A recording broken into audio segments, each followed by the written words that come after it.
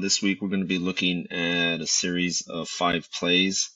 We want to talk about horse collar tackles, want to talk about an inadvertent whistle situation, going to look at positioning on punts for the back judge, and looking at what is and is not targeting, as well as illegal substitution and illegal formation fouls. Let's get started first with a horse collar tackle that was missed on the field.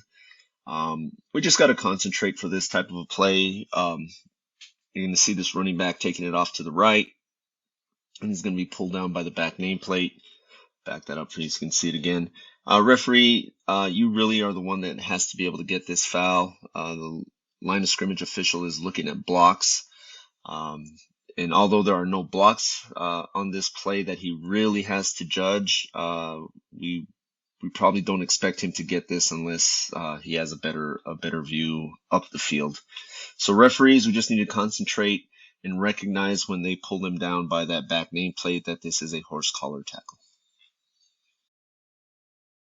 Our second play on the training tape this week involves an inadvertent whistle. I'm going to let the play run and then explain to you what transpires. It's actually going to be 2 plays back to back. So we're going to have a pass up the middle. We're going to get a foul for defensive pass interference, and you can kind of see everybody slow down.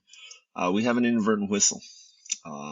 This play goes for a score, but the inadvertent whistle has killed the play. So we got to bring this ball back. And that's not going to make the scoring team happy. And we're going to have to do some administrative things. So we have a foul for defensive pass interference, and we have an inadvertent whistle on what is a run play. So we have to make sure that we understand how we enforce this and what the offense can do with the ball. The offense can take the result of the play, which from the looks of this, taking the penalty would put them 15 yards in front, right about the 42-yard line. That happens to be the yard line about which the inadvertent whistle took place. So really, at the end of the day, the offense gets to keep the ball at this particular point. Now, what compounds this is we now have a unsportsmanlike conduct foul on the scoring team's coach. He's upset that this touchdown is being called back, and quite honestly, I mean, who wouldn't be upset if you have a touchdown called back? This leads to concentration, and concentration is key. And if you're officiating with a whistle in your mouth, you need to get it out. The only whistles that should be anywhere near your mouth would be the line of scrimmage officials right before the snap. After that snap, the whistle needs to be as far away from your mouth as possible. That way we do not have inadvertent whistles. Now, if we just lost concentration, whatever the reason, we blew this play dead, we are in the barrel, so to speak, at this point. So we enforce or grant the reward of the end of the play. That's how it should happen.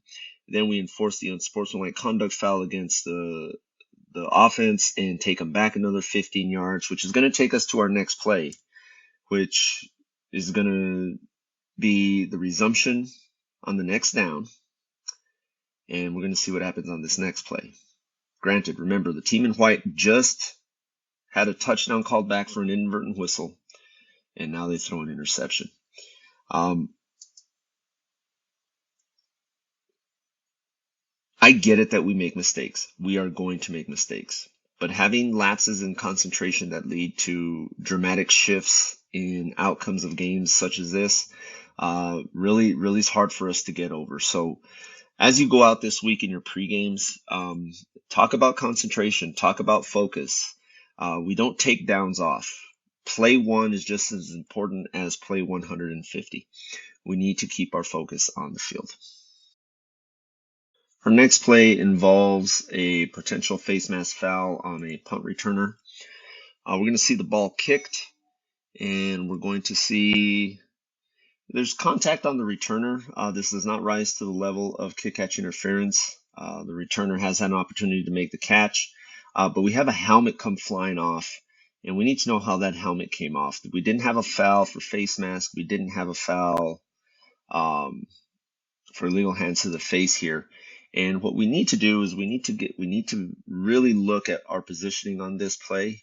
Right now, our back judge, our depth is not bad. I don't mind being deep, but we really should be probably around right here, about 7 to 8 yards deep and at a better angle to see what's happening with the returner. So if we could move to that area, we'd get a good look to see what happens on this play because we don't know how this helmet came off. My suspicion is that this helmet came off because the returner, the kicking team player grabbed it and pulled it off. Video doesn't show much, and you can't see much from this. If we had an end zone view, we'd probably have a better idea. But right now, our back judge is straight lined with all the action and can't see what happens. So try and get a better angle on a play like this, working inside out, so that way you can see more action and see some space between the punt returner and the kicking team player that's attempting to make this tackle. We're going to have a hard hit on a runner, and we want to track this defender, number 14 right here.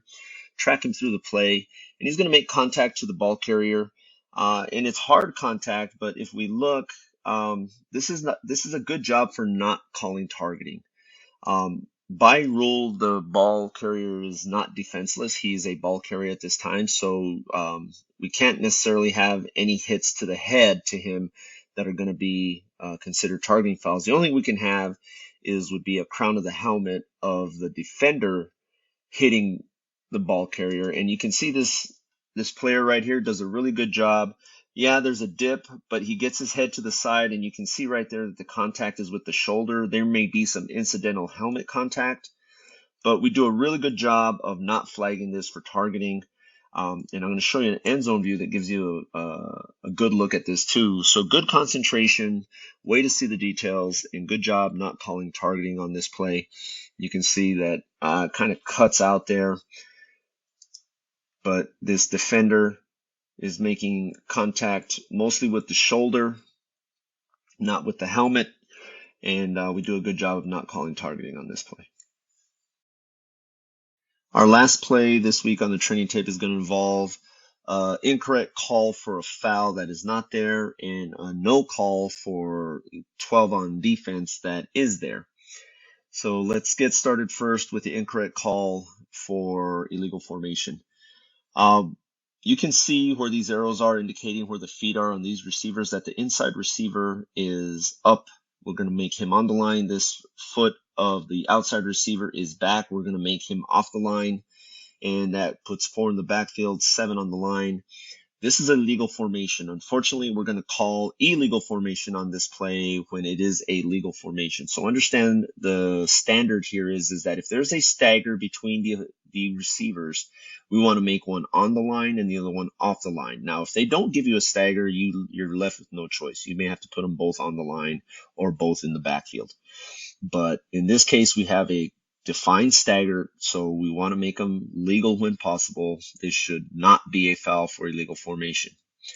The next issue we come up with on this play is we have 12 on defense. You can count them there. 1, 2, 3, 4, 5, 6, 7, 8, 9, 10, 11, and 12. And we're going to see the 12th man start to run off the field.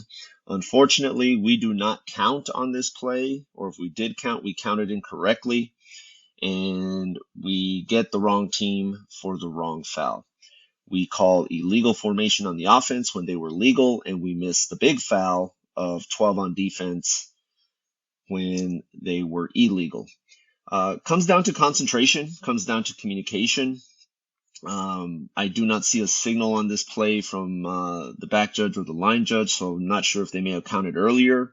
But we do need to communicate on these plays, and we can't miss 12 on the field. That's just not acceptable.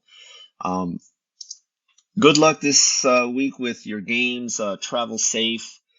Speaking to one of the film evaluators earlier today, a lot of issues with brawls and fighting, and a lot of it stemming from us not being able to take care of business by penalizing accordingly illegal acts, or making sure that we are taking care of unsporting or unnecessary roughness fouls when they happen. So let's up our concentration level, up our focus this week, and let's make sure that we have a solid week of high school football here in New Mexico. Have a good week.